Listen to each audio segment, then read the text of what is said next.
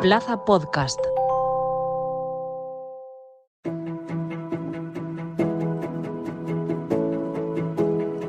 El Senado de Alicante Plaza.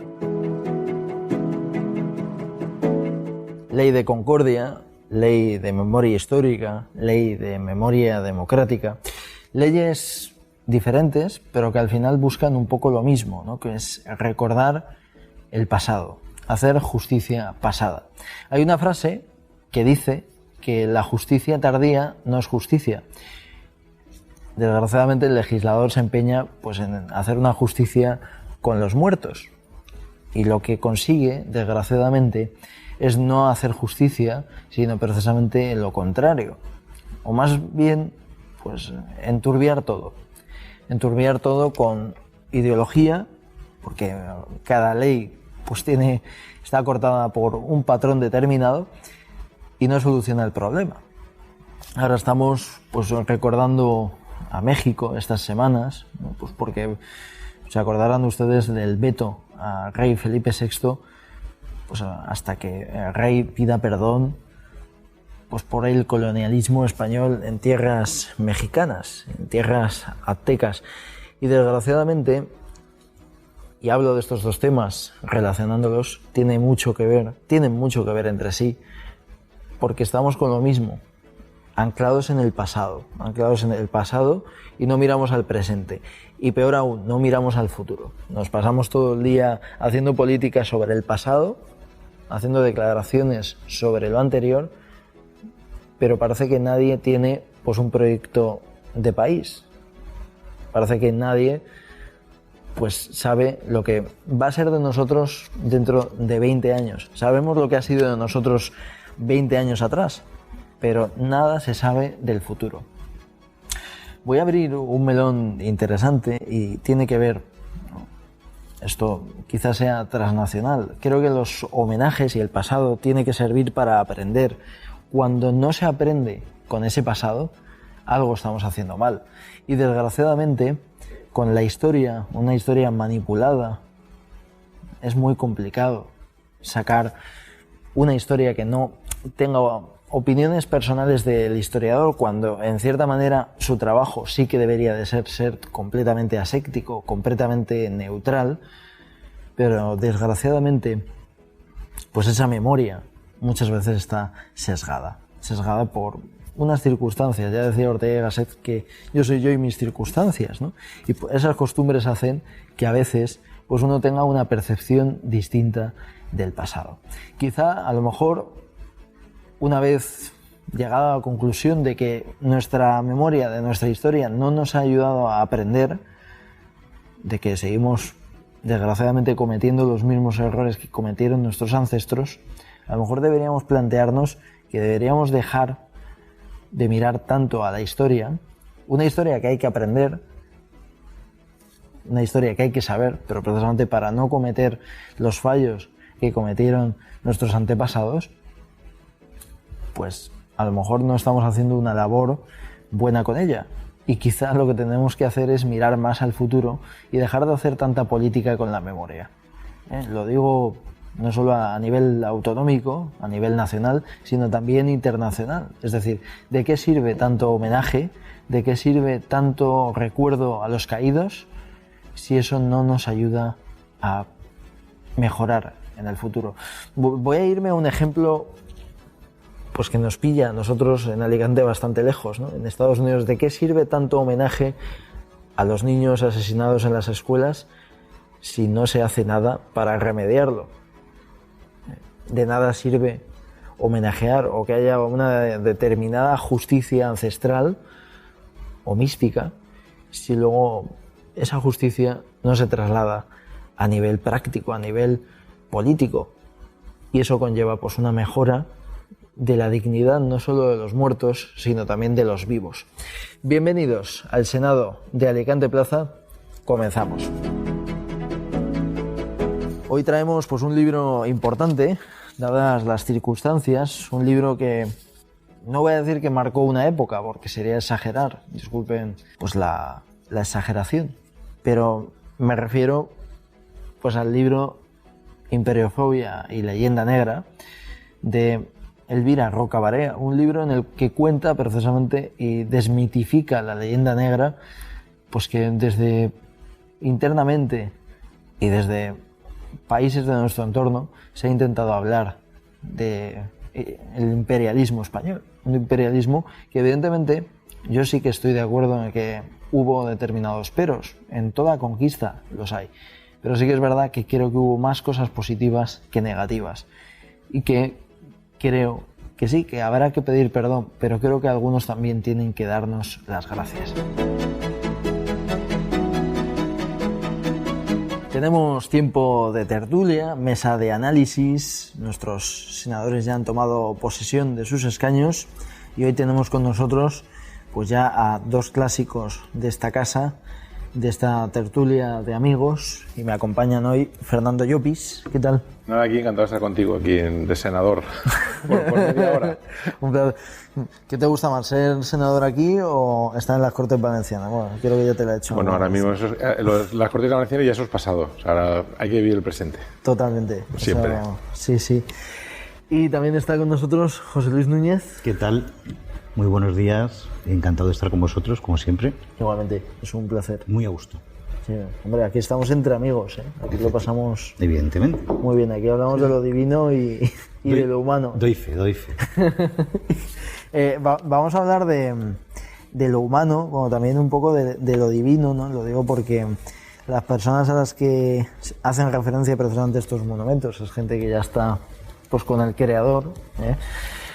Y Vox ha propuesto que se protejan como bien de interés cultural pues todos los monumentos que no estén contemplados por la Ley de Memoria Histórica, ¿no? Y se refiere pues en concreto pues a un episodio que pasó el otro día pues con el monumento a los caídos que hay pues al lado de la montañeta y que bueno, digamos pues que gente intolerante pues que no fue respetuoso con él, ¿no?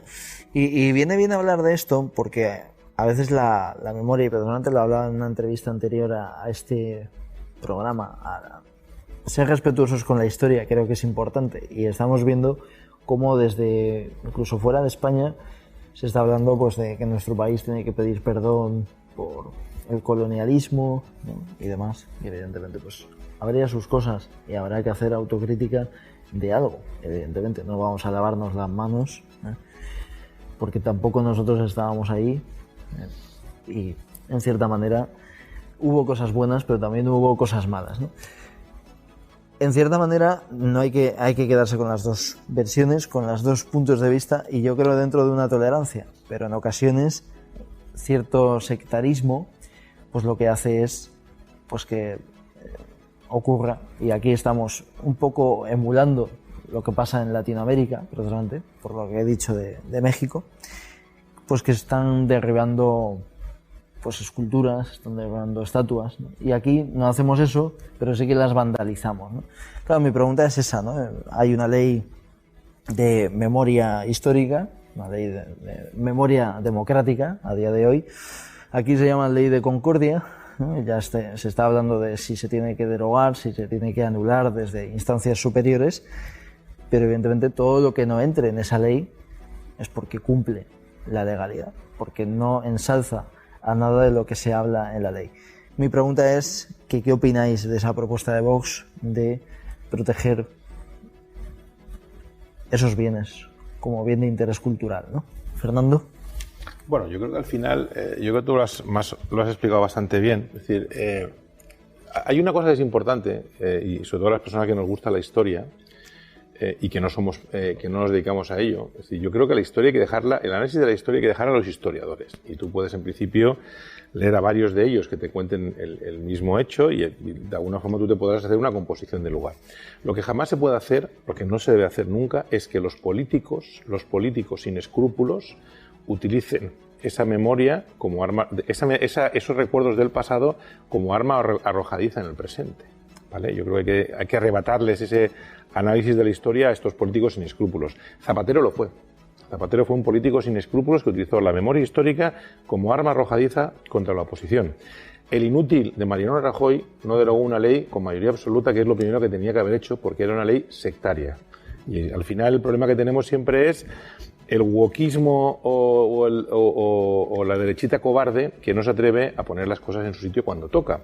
¿Qué ocurre? Que llega otra vez y llega otra persona más sectaria que Zapatero y sigue utilizando esa ley. Y por eso yo alabo lo que ha hecho Carlos Mazón, en principio, vamos a ver qué pasa, esperemos que no se raje al final, de mantener esa ley de concordia que se había aprobado en las Cortes Valencianas. La ley de concordia, básicamente, lo que dice es que, ojo, que ya está bien de que los malos de la historia sean solamente los de la derecha. Porque lo que no hay que olvidar es que en la Guerra Civil, durante la Guerra Civil y en la República, ni Vox existía, ni el Partido Popular existía. Y el Partido Socialista y el Partido Comunista sí. Y el Partido Socialista, o gente del Partido Socialista y gente del Partido Comunista, hicieron muchos desmanes, que no oculta, que no tapa los desmanes que hicieron las tropas franquistas, por ejemplo, cuando llegaron aquí. Y los fusilamientos innecesarios o injustificados. Pero, insisto, por ejemplo, la Guerra Civil Española no fue una historia de buenos y malos, fue una historia de una lucha. El descubrimiento y evangelización de América, pues posiblemente es un hecho del que no solamente no debemos pedir perdón, sino del que los españoles nos debemos sentir mucho más que orgullosos, porque llevamos la cultura, la religión, lo mejor que teníamos nosotros lo llevamos allí.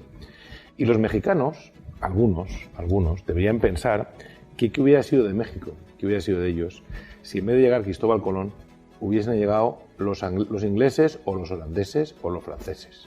Pero eso, la historia lo marca. Es decir, hay casos que son tan claros que no vale la pena ni perder ni un segundo. Bueno, a ver, aquí yo también podría opinar, porque yo opino en algunas cosas de manera bastante diferente.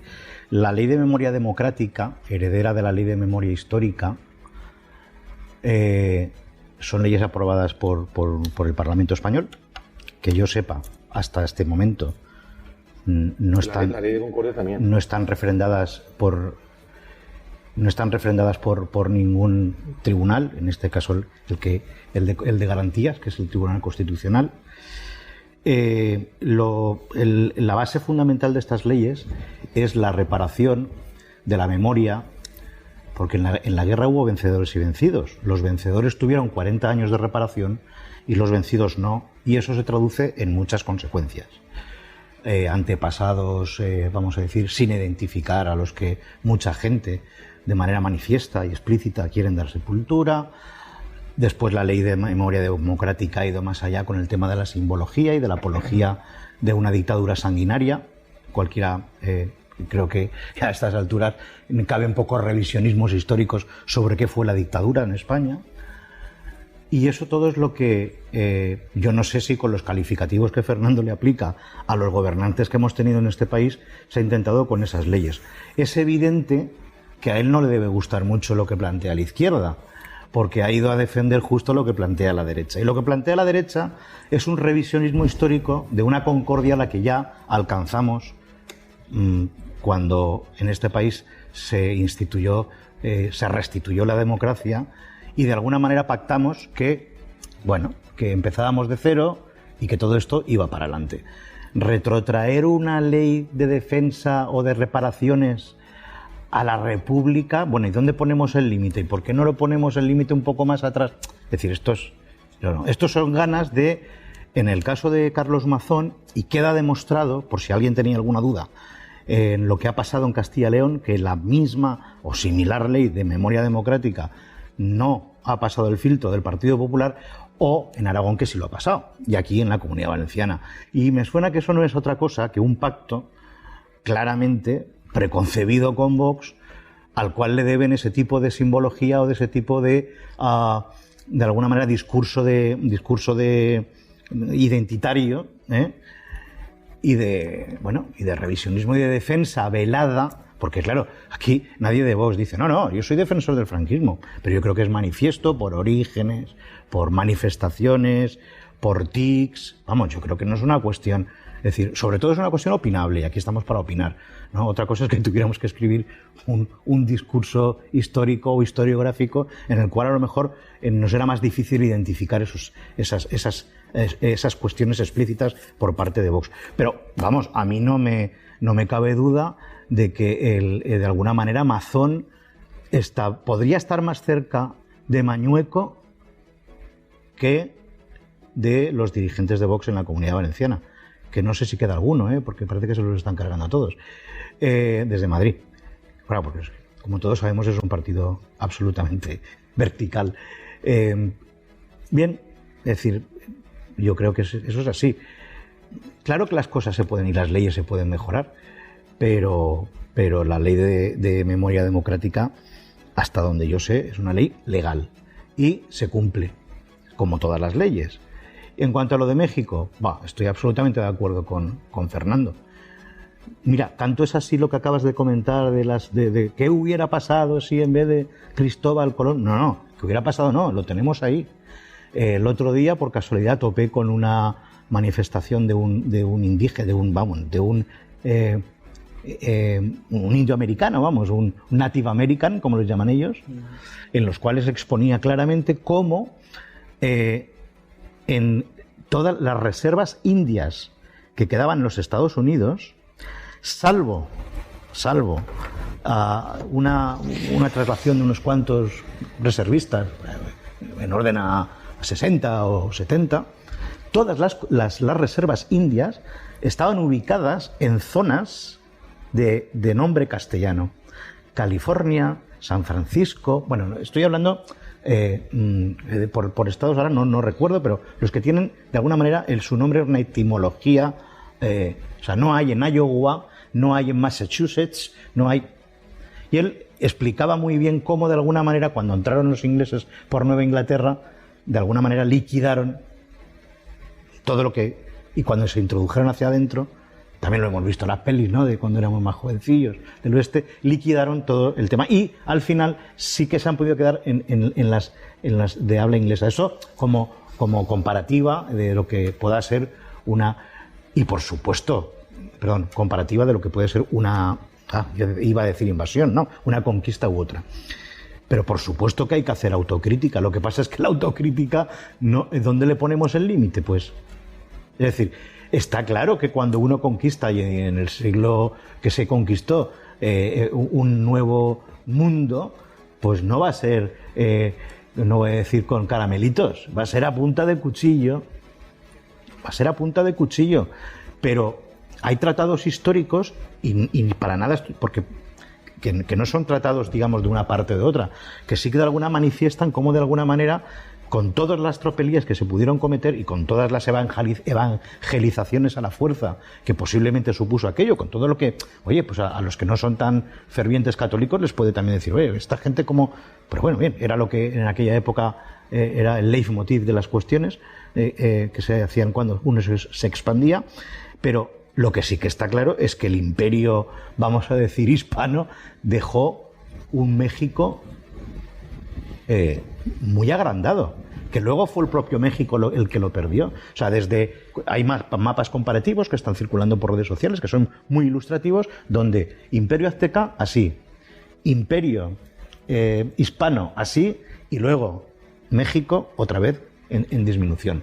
Eso por un lado. Y por el otro, parece ser también que, tanto que ellos se quejan de los aztecas, quien se cargó a los aztecas no fueron los 3 barcos con 80 personas por barco, estamos hablando de 3 por 8, los 200 y pico que llegaron allí. Es verdad que con caballos que ellos no conocían y con seguramente armamento más sofisticado, pero con eso los aztecas los hubieran arrasado. De no ser porque a los aztecas los atacaron otros pueblos, también mexicas, que no estaban de acuerdo con los aztecas, porque parece ser que era una civilización bastante sanguinaria, que se comía los corazones de los congéneres y cosas de ese estilo. Bien, hacían sacrificios brutales. Que no digo que otras religiones no, por supuesto. De tal manera y hecho que yo sí que creo... y otra cosa que se me olvidaba poner encima de la mesa, y perdonad por que me he extendido demasiado.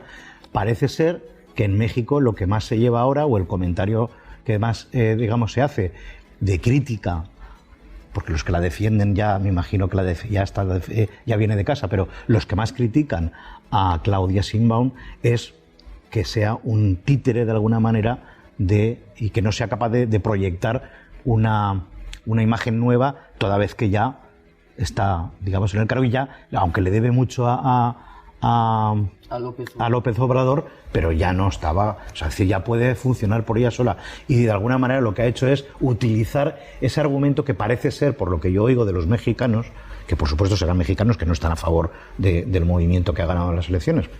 De eso soy consciente, no somos ingenuos. Pero sí que de alguna manera ellos analizan que están utilizando argumentos para desviar la atención y porque son argumentos de alguna manera en los que ellos siempre se basan un poco como víctimas de algo, o sea, hacer del victimismo para, bueno, pues eso, para generar opinión pública y dejarlos muchísimas cuestiones, digamos, de dramatismo que tienen en su política interna, ¿no?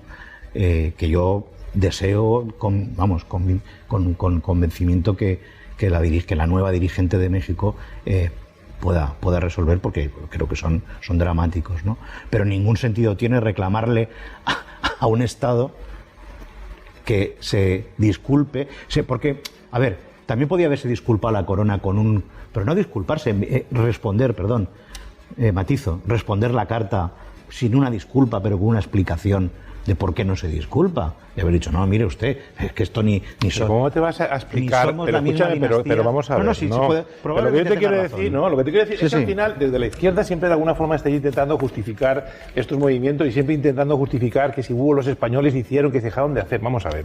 Los españoles en la conquista de América o el descubrimiento de América, como queráis llamarlo, al final no hicieron otra cosa que lo que se hacía en la Europa, en las guerras de Europa de esos mismo tiempo. Es decir, no es que fueron más salvajes allí que aquí.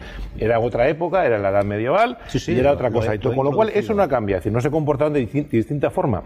La diferencia que hay, y eso a veces que no creo que no queréis entenderlo, es que los españoles llevamos lo mejor que teníamos. Instalamos universidades, fundamos colegios, fundamos la educación, llevamos nuestra religión. Ya he hablado de la expansión. Fundamos nuestra religión, llevamos nuestra religión que en aquellos momentos era una de las cosas más importantes que teníamos y pensábamos que se estaba haciendo bien. O sea, no es una cuestión de que era para obligar, no, era porque ellos pensaban en esos momentos que era lo mejor. Igual que intentaron llevar la religión a cualquier otra parte del mundo, e igual que de alguna forma defendieron Europa y la cristiandad contra los turcos prácticamente en el mismo tiempo. Y de alguna forma siempre con ese revisionismo histórico y siempre intentando, pero el famoso siempre que ponéis el pero.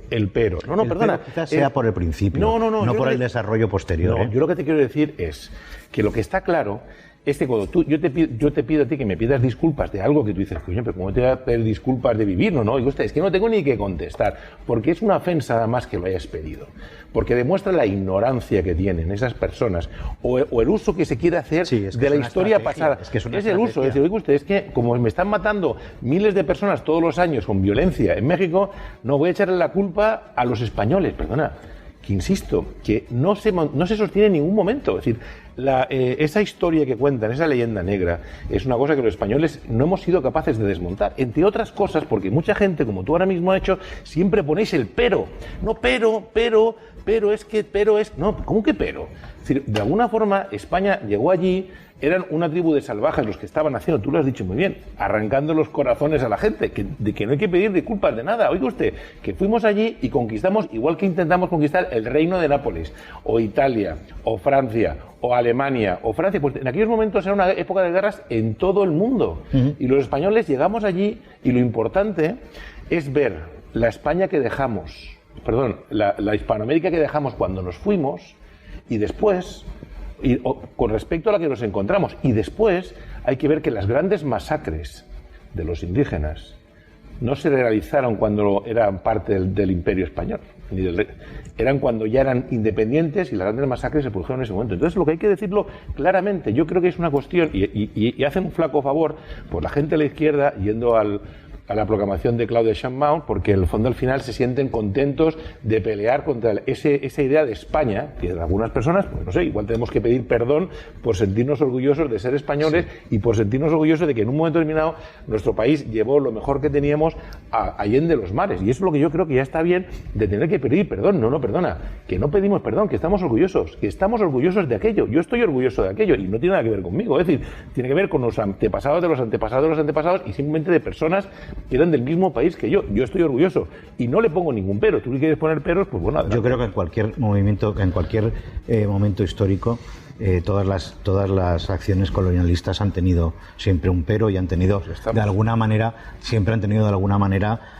una parte de crueldad, lo cual no quiere decir que haya que pedir disculpas constantemente. Yo creo que por la cantidad de años que han pasado, porque se trata de otra civilización a la nuestra actual, ni siquiera la jefatura del Estado se corresponde a la misma dinastía que había en aquella época. Correspondido. Y además, eso da igual. Porque si hubiera sido una Austria sí que tenía que haber pedido disculpas. No, ¿por qué? Es que ves cómo estáis siempre con el pero. No, oiga usted, no, es que no es de la misma dinastía, que no, bueno, señor, que estamos orgullosos. También quiero aclarar una cosa. ¿Tú estás orgulloso o no? Mira, también quiero aclarar una cosa. Yo probablemente sea progresista, pero yo aquí no represento a la izquierda. Yo me represento a mí mismo como analista, como periodista. Pero en cualquier caso, pero dice que si hubiera sido un rey Austria el que estuviera gobernando en España ahora tendría que haber pedido disculpas. Bueno, entonces, ¿pero por qué dices que tampoco tiene que ver con la misma dinastía? Bueno, por marcar. Pero es que te das cuenta cómo estamos con el pero. Ese es el concepto. El problema que tenemos en España es que el pero. Yo creo que el pero es el hecho colonialista, el hecho de. También está mal. Pero. Bueno, no está mal, pero que mejor que hubiesen sido los mexicas, ¿no? Pero en la historia los colonialismos no se han producido por la vía pacífica. Entonces, eso es lo único reprochable. Mejor el belga o el inglés o el holandés. Mal, muy tampoco vamos. Pero que eso no es un hecho. O sea, es un hecho reprochable a la historia, es un hecho matizable. Pero no es ningún pero, es decir, aquello se produjo. Entonces, si hubiera sido un rey de los Austrias, tendría que haber pedido disculpas. Tampoco vamos a enfrentar. Entonces, ¿para qué lo pones como norma? Es que no lo entiendo. Para marcar un hito en el tiempo. ¿Marcar qué? Para decir, es que ni siquiera puede de alguna manera la jefatura actual. Y bueno, y si hubiera sido una república, también tendría que pedir. No tendría que pedir disculpas. Tampoco vamos a enfrascarnos en este debate. No, bajo tu teoría, si hubiera un presidente de la república en vez de un jefe del Estado. Tendría que estar igual de orgulloso. Claro, y tendría que actuar como se ha actuado. Claro. Si no se invita al presidente de la República, no va el primer ministro ni ningún miembro del gobierno. De hecho, de alguna forma, hay una cosa que es importante, y es que es el gobierno español, posiblemente el señor Pedro Sánchez, el que decide qué persona de España va a representar a España en la toma de posesión de un presidente de gobierno, como ha hecho en todos los lugares. Y el presidente español siempre se ha delegado a nuestro jefe de Estado, que es el rey Felipe, a ir a Hispanoamérica, a las tomas de posesión, y se ha tragado el hombre no sé cuántas. Sí, de tal manera que ha habido muchas que ha ido el rey y no ha ido el presidente del gobierno, o no ha ido a lo mejor algún miembro del gobierno. Si a lo mejor el presidente Sánchez hubiese dicho, se lo envían a él y dice, no, pues que vaya, no sé, a Álvarez. Y podía haber ido a Álvarez perfectamente. Pero es que le exigieron, no, usted, el rey no puede venir. ¿Pero por qué no puede venir el rey? No, yo creo que la cuestión no es esa. La cuestión institucional o diplomática no pasa por presidente del gobierno, pasa directamente por Corona. O sea, se le excluye de la lista. Y entonces es el gobierno español el que reacciona y dice, si el jefe del Estado no está incluido en la lista de invitados, el gobierno de España no está representado. Hemos hablado, ¿no?, para desencallar un poco este enfrascamiento que ha habido con el tema de... me queda dar un poco de colonialismo. Oye, Fernando, te he visto con ganas de gritar ¡Viva España! No te cortes aquí, ¿eh? No, Viva España. No, yo estoy orgulloso de ser español. Y, por ejemplo, yo creo que todo el acto del descubrimiento, yo estoy orgulloso de lo que hicieron los españoles. En general. Cuando tú lo aprecias, todas las cosas que hicieron. Y hay que estar orgullosos. Que el desarrollo histórico de la conquista de América, insisto en que es el desarrollo o es la exportación, por decirlo así, de una gran cultura y de una gran y de un sistema económico y demás, y desde la implantación de Europa o de la parte de Europa que representa a España en Latinoamérica.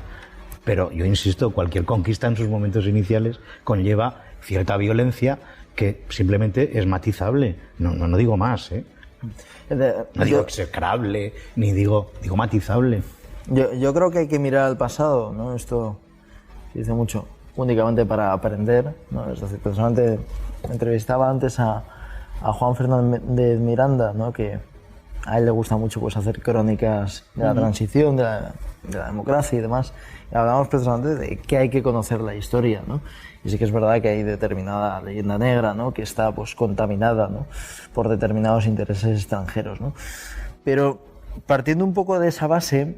Por intereses extranjeros, y me permites, Sí. y por parte de la progresía de aquí, que siempre pone el pero. Te digo que muchas veces somos nosotros mismos, el señor Pisarello, la señora Irene Montero, dicen, no, ya que tenemos que pedir disculpas de todo. Bueno, pues ya está. Que no solamente es la leyenda negra es una cuestión externa, y también basada muchas veces en Bartolomé de las Casas, que era un español, por cierto. Sí. Pero realmente a mí me da un poco una impresión, por lo que dice Fernando, ¿no? Que hay cierto interés, ¿no? En manipular el pasado, no manipularlo, sino utilizar el pasado un poco para utilizarlo de arma arrojadiza, ¿no? ¿A qué me refiero? Y voy a abrir un melón interesante, ¿no? Y esta va a ser la última cuestión de esta tertulia. Ya sabéis que el tiempo pues es limitado y hoy más. Que es, pues, ¿por qué no abrir el melón a que se terminen quizá los homenajes al pasado, ¿no? Es decir, ¿a qué me estoy refiriendo, ¿no? Por un lado, cuando aquí en Alicante, por ejemplo, se hacen homenajes a los mártires de la libertad, una parte, aunque a nivel institucional sí que lo apoye, una parte ideológica, pues dice, ya están estos progres haciendo su homenaje, ¿no? Los mártires de la libertad, ¿no? Por otro lado, el homenaje a los caídos que se hace precisamente en ese monumento de la Montañeta que comentaba al principio, ¿no? Que el otro día pues fue noticia. ¿Por qué no terminamos de una vez por todas? Es un melón interesante y polémico, lo sé, con estos homenajes. Es decir, ¿por qué ya no dejamos de mirar al pasado? Es decir, yo entiendo que esto es transnacional, ¿no? Vemos cómo se hacen homenajes a los fallecidos de la Segunda Guerra Mundial, ¿no?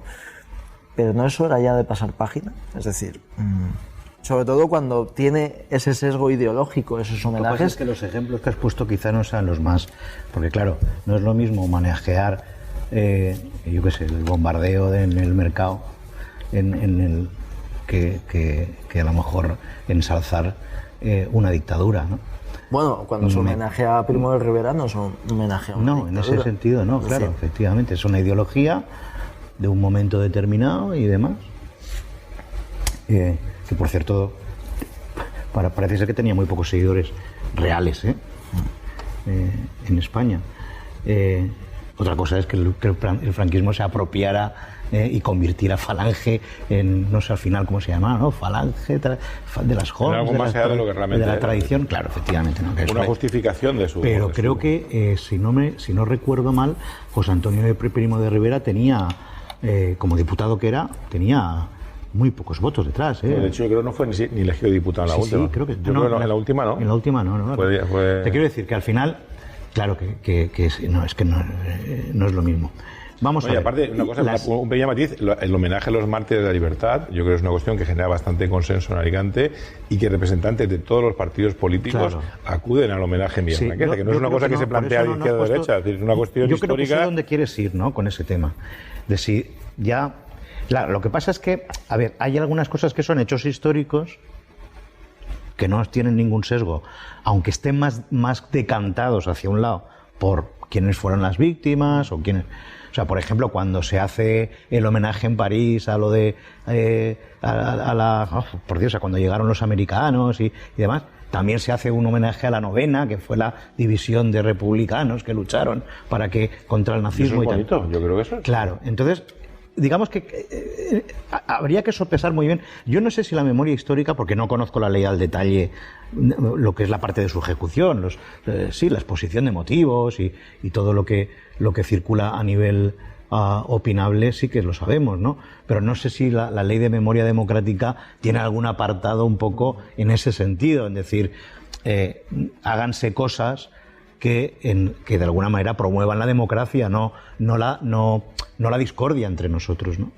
No, lo que ocurre de alguna forma, y por eso volviendo un poco a la ley de Concordia, estamos acabando de decir, yo creo que realmente lo único que ha hecho el Partido Popular con la ley de Concordia, que no lo hace la ley de memoria democrática, es decir, oiga usted, no nos basemos solamente en un periodo, porque hay otras cosas que son graves. Por ejemplo, en la República, yo simplemente decirte, pero en mayo... a lo mejor tienes que darle otro nombre. No, yo creo que se llama Concordia, es decir, igual que memoria democrática, es decir, en 1931, aquí en Alicante se quemaron iglesias. Se quemaron iglesias en la República, se quemaron iglesias y se mataba, es decir, me refiero. Y tanto. Que bueno, pero escúchame, que lo que te quiero decir que a lo mejor posiblemente en Castilla y León es otra cosa, porque la Comunidad Valenciana fue zona roja durante toda la guerra. Y ETA intentaba matar a niños. Mató niños. ETA mató niños. También, ¿Y sabes lo que pasa? ¿Y sabes lo que pasa con ETA? Que ahora mismo estamos preocupados por los que del franquismo, pero el Partido Socialista y Compromís están pactando ahora mismo con esas personas que homenajean a gente que son héroes por haber pegado un tiro en la nuca a Miguel Ángel Blanco, por haber asesinado a la niña Fernando, de verdad, bueno, pero es así. Yo de verdad, si vamos a entrar en eso, no es así. Tendremos que hacer listas. Sí, pero mi pregunta, tú fíjate, yo lo que te quiero decir ¿de quién pacta con quién? Yo lo que te quiero decir es, hay una cosa para mí, es decir, si a mí ahora mismo Vox, imagínate, se declara partido franquista y que dice que Franco es el mejor, digo Vox como partido, que yo no lo he visto, es decir, que alguna persona, bueno, perdona, cualquier persona lo que puede pactar, lo que puede ocurrir, lo que ocurre es que hay partidos que pactan con otros que homenajean a estas personas, a estos asesinos, a la niña de Santa Pola, a los chicos de Mucha Miel, es decir, que estamos hablando de cosas muy recientes y estamos intentando hablar pues como lo de Hernán Cortés, que cuando nos tiramos para atrás porque queremos ocultar que a día de hoy hay cosas serias, y yo creo que en el fondo los homenajes, que yo a lo mejor me plantearía, es que los de Compromís y el PSOE no pacten con esos que homenajean a estas personas que son héroes por pegar un tiro en la nuca a un tío indefenso o para que luego llegue el PP y sí pacte, ¿no? También lo veo mal, ¿eh? También lo veo mal. Porque el PP pacta con ellos, ¿eh? Yo también lo veo mal. O sea, pactar, ¿qué quiere decir? No nos equivoquemos. ¿Dónde gobiernan con ellos? No lo sé. No, ¿dónde gobiernan? No. Porque el votar alguna cuestión en alguna moción en el acuerdo. Claro, sí, pero también. Entonces, eso no es pactar. Escúchame, tú no puedes. Hay que decir que hay una famosa frase de Borges Semper que tenía que cundir el ejemplo de pactar con Bildu. Pues yo sigo pensando que hay partidos con los que no puedes pactar, mientras no denuncien expresamente a homenajear a estos asesinos criminales. Pero en fin, es una opinión. Igual que te quiero decir, a mí me llamó la atención otro día que retiraron no sabía yo que en Elche había una calle en honor al Che Guevara, que es un asesino homófobo. Había una calle en honor al Che Guevara. Yo tenía que ser Pepe y Vox que digo, oye usted, lo quitamos porque no tiene sentido que un asesino homófobo tenga una calle en Elche. Pero es que tú ya sabes que en el lado contrario también pasa, que hay calles en sitios... ¿Como por ejemplo? Pues que que yo sepa, en Madrid se han revocado calles que se habían puesto de una manera y se han vuelto después a renombrar con nombre de generales sanguinarios. Aquí se han quitado todas. No digo en Alicante, no digo en Alicante. Y en Alicante se querían quitar a Calvo Sotelo, que el hombre por medio de la historia, y el hombre le pegaron un tiro. En Alicante no. O la calle Alemania, o la calle Reyes Católicos. Cuando estábamos hablando del descubrimiento, aquí la izquierda intentó quitar la calle Reyes Católicos aprovechando. Reyes Católicos, vamos a ver. No, porque era un símbolo del régimen. Los Reyes Católicos es un símbolo del régimen. Hombre, es que es lo que hay. Es decir, o la calle Alemania, o la calle Italia, o la calle Portugal. Pero es que es un absurdo el mirar atrás, y es que empezar a mirar ya desde perspectiva del futuro y la historia. Yo creo que hay que dejarla por los historiadores. En eso estoy absolutamente de acuerdo. Quien mejor nos puede iluminar e ilustrar siempre son los historiadores. Y cuando la guerra civil, tú puedes leer diferentes historiadores que te cuenten el mismo hecho. A lo mejor la composición del lugar no es la misma que si solo lees uno. Que eso es lo que yo creo que le pasa a mucha gente. Vosotros nos habéis iluminado bastante, y eso Poco. que sois historiadores, O sea, así que ha sido en el un placer. tiempo que hemos tenido hemos hecho lo que hemos podido. Ha sido un placer. Gracias, José Luis. Muchas gracias, Jorge. Un placer. Y gracias, Fernando. Menos mal que he estado ahí en medio porque veía un momento que veía mucha tensión. No, creo. No, es una broma. Para nada. Pero lo ha dicho Fernando. Si no le ponemos un poquito de sal y yo pimienta, no hacemos una buena ensalada. No, totalmente. Para eso está el aceite, que eres tú, que de alguna manera hace balsámico para toda esta cuestión. Sí. Pues eso, esta es vuestra casa, y un abrazo muy fuerte a los dos. Gracias. Muchas gracias, Jorge. Gracias a ustedes por escucharnos. Sean buenos, sean felices, y un abrazo muy fuerte.